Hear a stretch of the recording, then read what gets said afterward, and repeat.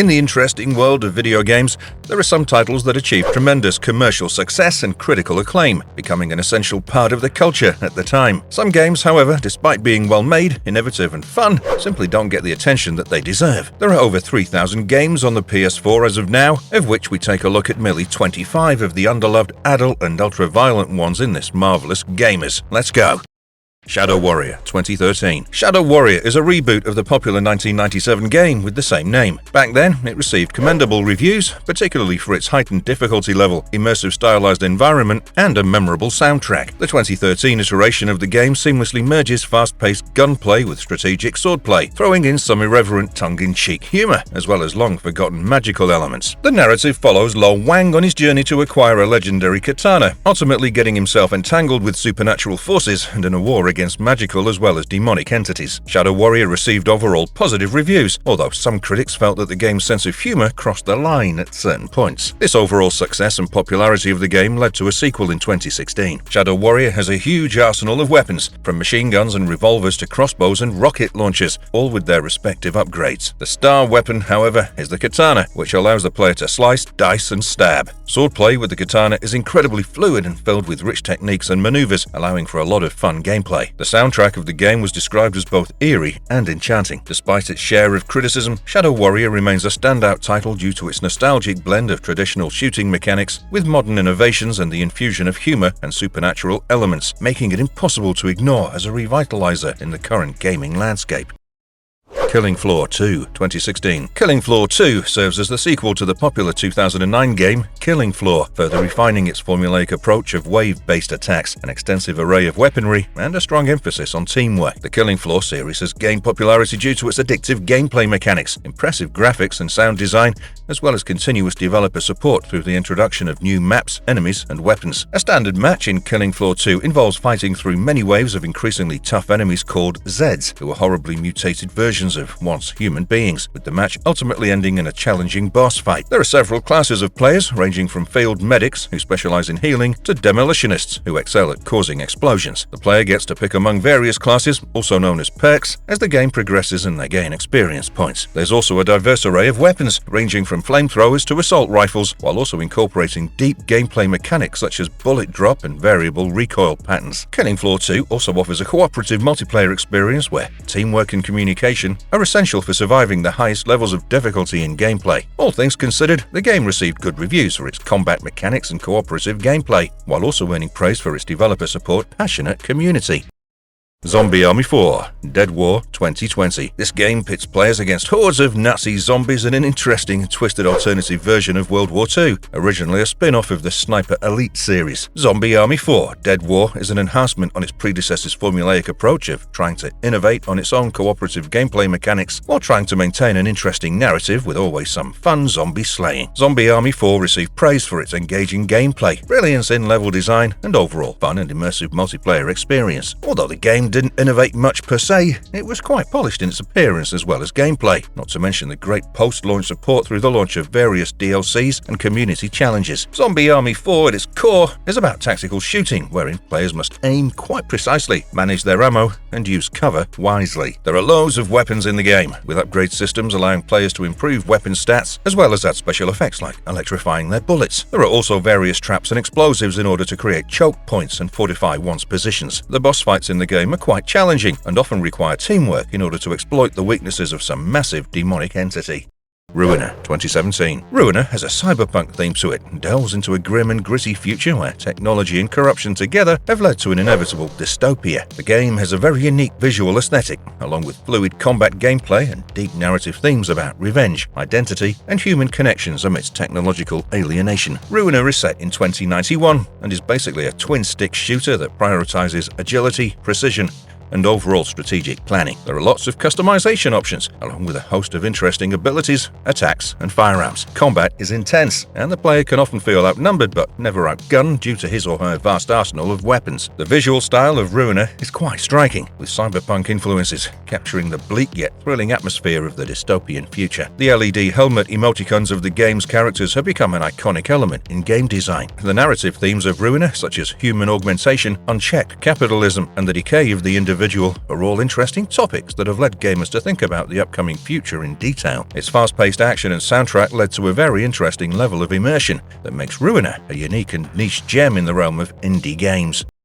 Dead or Alive Extreme 3 2016. Dead or Alive Extreme 3 is popular for its provocative presentation, as well as gameplay elements that center around female characters from the main Dead or Alive series, as they vacation on a tropical island and participate in activities like swimming, races, and volleyball. It diverges substantially from the original combat-oriented gameplay of the Dead or Alive series, focusing more on beach-themed mini-games. The game has attracted significant negative press, and has been at the center of debates concerning the objectification and sexualization of female characters in video games. The game has a huge selection of female characters, each with their own set of skills, and extensive customizations that allow players to change the appearance of their characters, chiefly through a wide variety of clothing options, such as swimsuits. The game received mixed criticism and was at best considered fun but shallow. The exaggerated focus on the appearance of female characters, especially on their almost non-existent outfits and suggestive poses, has led to constant criticism that has prevented an official release of the game in some markets. The casual nature of the game, along with the presence of microtransactions,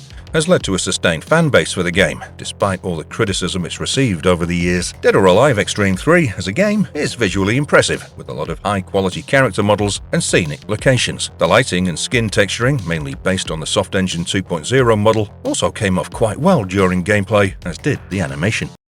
Soma 2015. Soma is a psychological horror game that takes the player on a philosophical as well as existentially challenging journey through survival elements, story-driven puzzles, and an underlying narrative exploring the themes of identity, consciousness, and what it really means to be a human being. The game prioritizes exploration and puzzle solving, requiring the player to hide, evade, and outsmart dangers instead of directly confronting them. Soma utilizes the HPL Engine 3, allowing for a dark, immersive atmosphere that's both realistic and unsettling at the same time. This game doesn't rely on jump scares, but on enclosed spaces, eerie silences, and a constant feeling of pressure and isolation. The sound design of the game is also quite exceptional, especially the voice acting and ambient noises. Overall, Soma is considered not just any old horror game, but an honest philosophical inquiry into the nature of consciousness. Through its narrative twists and turns, the game constantly challenges the player's understanding of the various existential concepts and raises complicated questions such as about the value of the simulated life, that of sacrificing oneself for the greater good,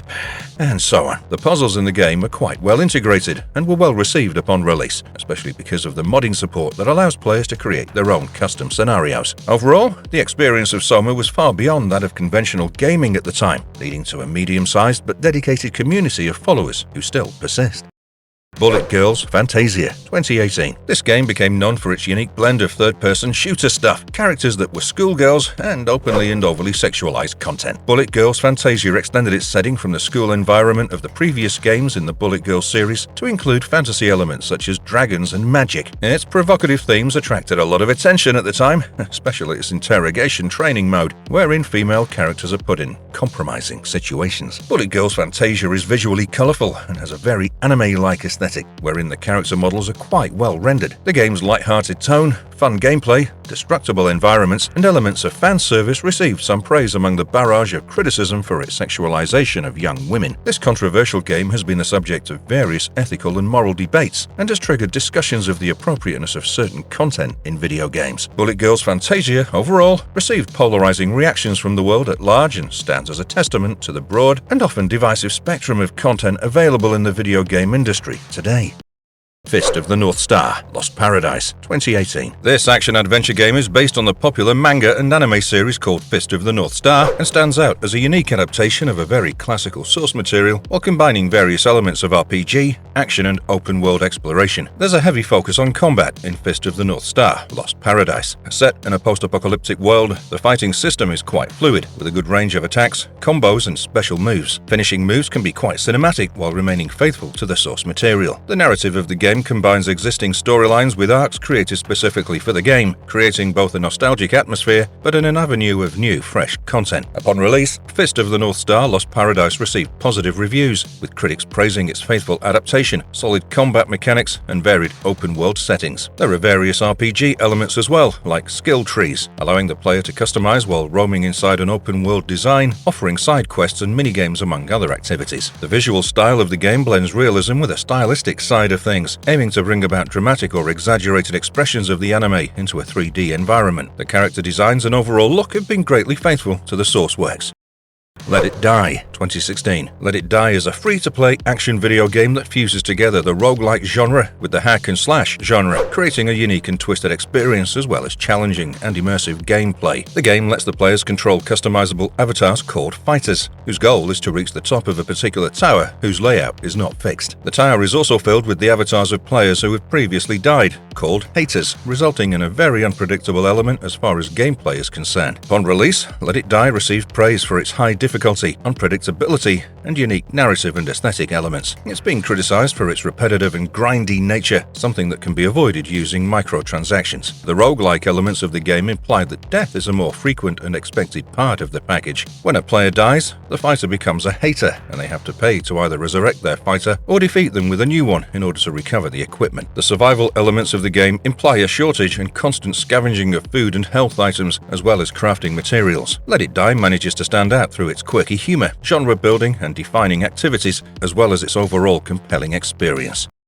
The Surge, 2017. The Surge is an action RPG that derives inspiration from the Dark Souls series, combining the formulaic approach of combat and intricate world building with a blend of science fiction. The game is set in a dystopian future where population and environmental collapse have happened and tries to provide some grim commentary on human and corporate greed, as well as technological excess. The Surge is a good example of a game employing a tactical combat system that prioritizes precise timing and management of one's stamina. As opposed to traditional hack-and-slash situations, this game employs a unique limb targeting dynamic, wherein players can aim and shoot at specific body parts, depending on how they serve them. The game received favorable reviews, with specific praise for its combat mechanics and world design. Its short campaign and repetitive enemies garnered some criticism. In keeping with the influence of Dark Souls, The Surge is notoriously difficult. It is, in our marvelous opinion, successful in taking the Dark Souls-like formula and adapting it to a unique sci-fi setting, crafting out a bleak and interconnected world in the process, worthy of exploration and combat. The risk and reward mechanisms, especially in regards to Souls-like tech scrap, provide interesting layers of strategy and difficulty. Overall, The Surge is considered a spiritual successor to Lords of the Fallen, having been unmistakably inspired by Rise of the Robots and, as mentioned earlier, Dark Souls. The success and popularity of The Surge led to a direct sequel in 2018.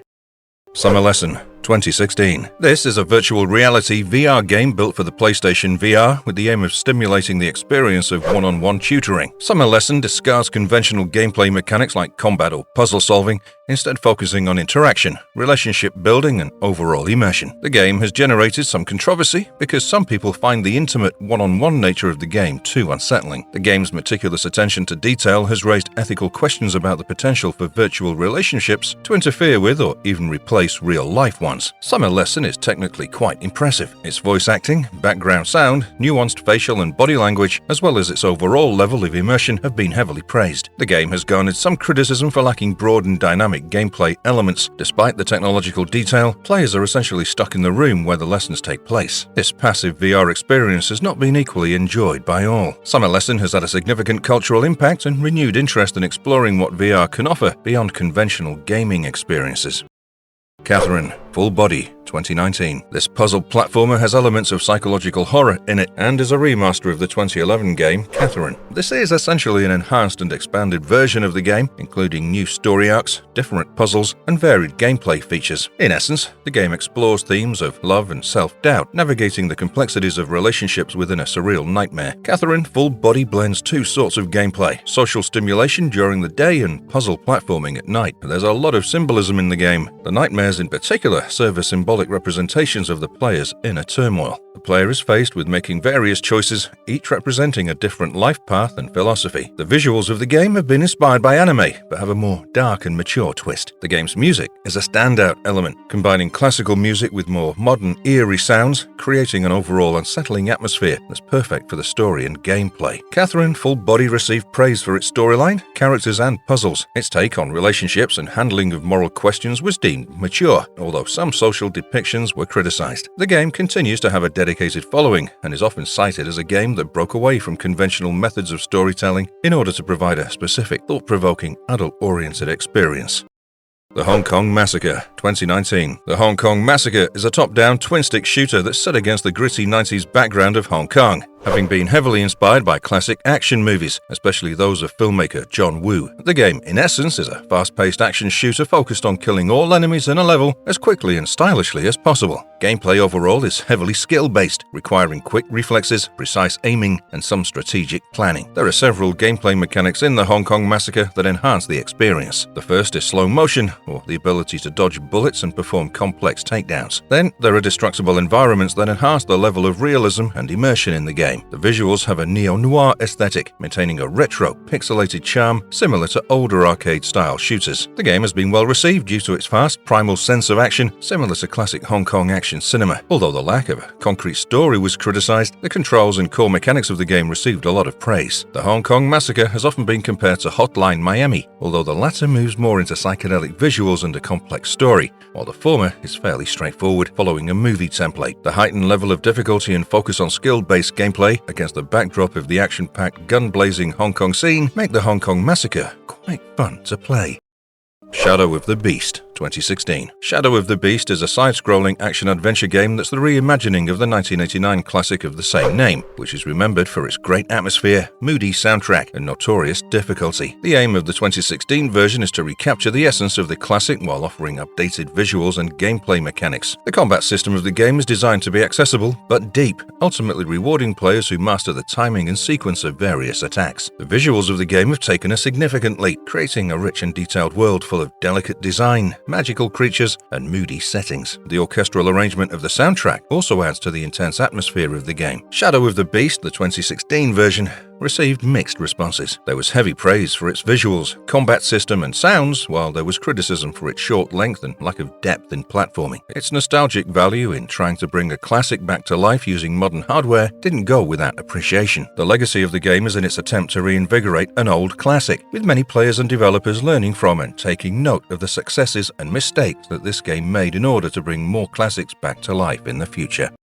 Hatred, 2015. Hatred is an isometric shooting game that contains extremely violent and disturbing content that began to generate controversy even before the game was officially released. The game infamously places the player in the role of a mass murderer who hates humanity and embarks on a genocidal crusade to kill innocent civilians and cops. Hatred employs a twin-stick shooting system centered on indiscriminate violence. There's a variety of weapons to choose from and various open-world environments, all rendered in grey and punctuated by the color red in order to signify blood. The buildings and general environment of the player are destructible, allowing for the creation of new pathways and removing obstacles. The game's visual style is intentionally bleak, as is the soundtrack, which at times fuels the game's aggressive atmosphere. Hatred received generally negative reviews, but most of them were focused on the thematic content rather than technical aspects of gameplay or immersion. Hatred has raised a lot of questions about ethics and responsibility in video game content. It remains one of the few games to be rated adults only by the ESRB, especially for its focus on indiscriminate violence against innocent civilians. While it's been severely criticized for its nature and content, many have defended the game's right to exist, purely on grounds of creative freedom.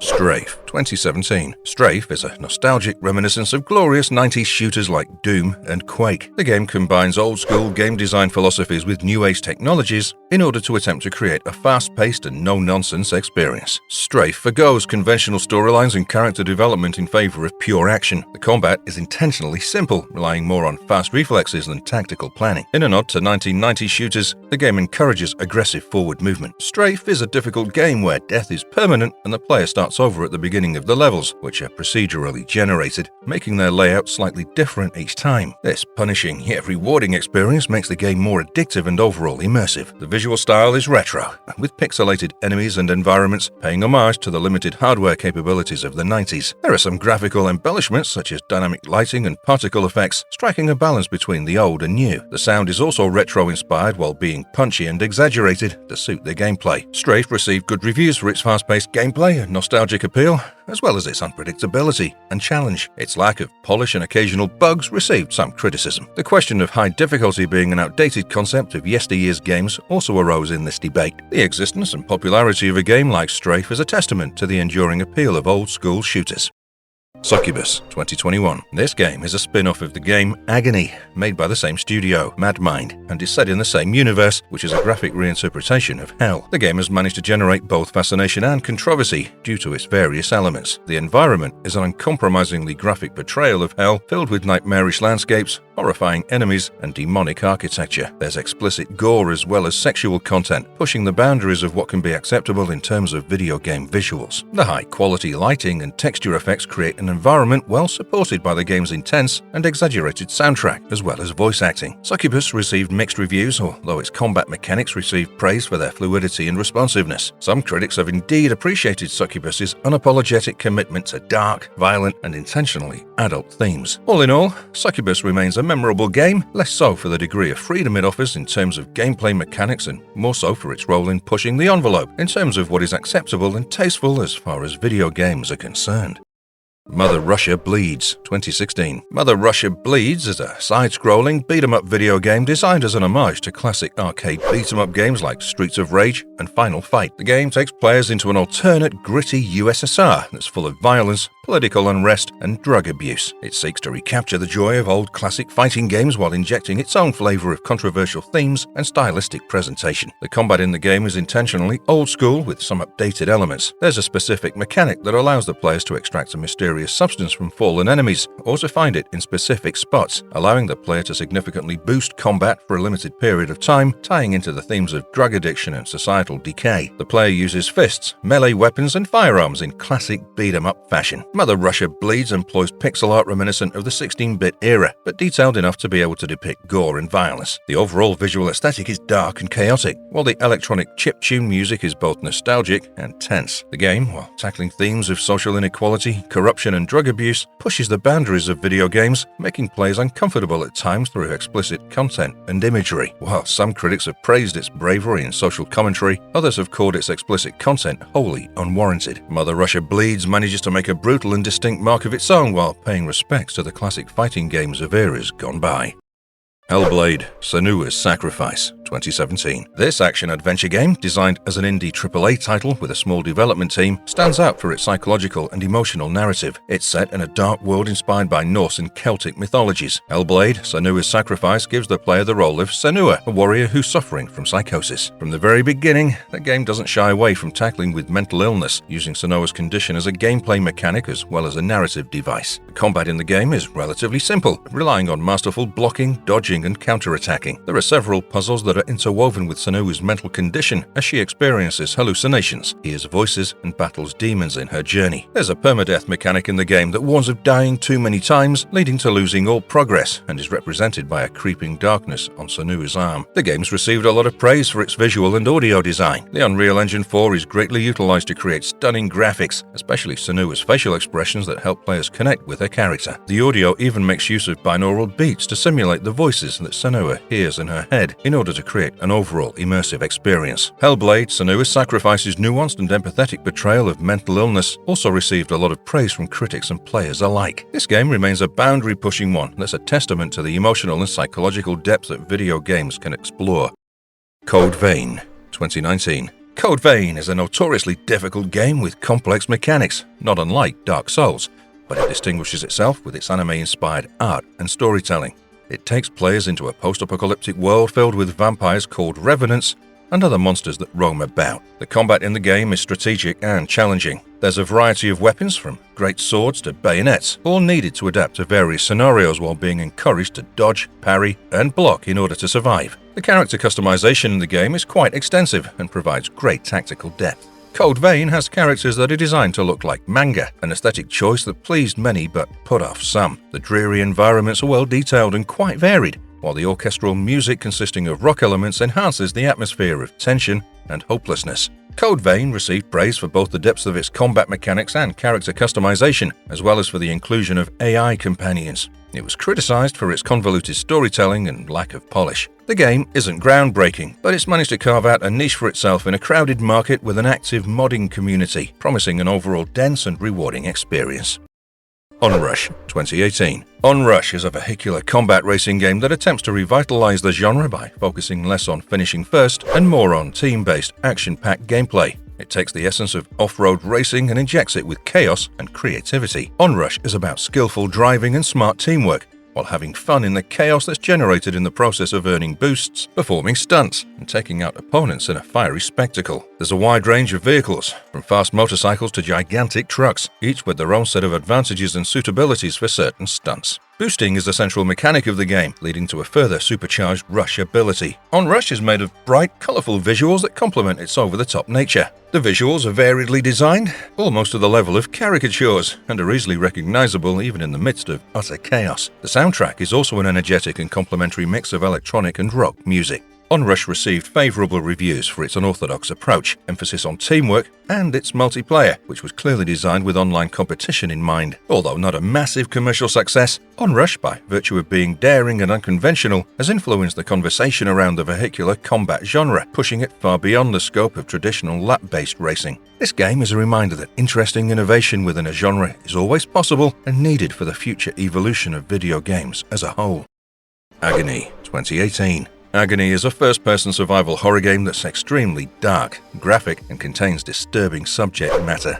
It's set in hell and plunges the players into a world full of horrifying visuals, brutal environments, and intense psychological themes. Agony focuses more on exploration than combat, and players wander through the corridors of hell, solving puzzles and avoiding demons. A popular mechanic in the game is the ability to possess lesser demons and tormented souls, effectively transferring consciousness. There are multiple endings to the game, forcing players to make morally troubling decisions at various points. The visuals of Agony are highly detailed and gruesome. The Unreal Engine 4 is used very well to render the intricate environments of hell, which are both grotesque and beautiful at the same time in a dark, twisted way. The musical tracks serve to amplify the horror or tension in the situation. The graphic content, violence, gore, and sexual themes led to censorship issues in various regions. Some critics praised the audacity of the game in trying to create an authentic horror experience, while others criticized most of the gore and imagery as unwarranted and of only shock value. In the end, though, Agony, despite its polarizing nature, has managed to find a niche audience that appreciates its extreme and authentic approach to horror as well as its unorthodox gameplay mechanics. It also raises interesting questions about the boundaries of art and artistic taste in video games in general, as well as the need for pushing boundaries.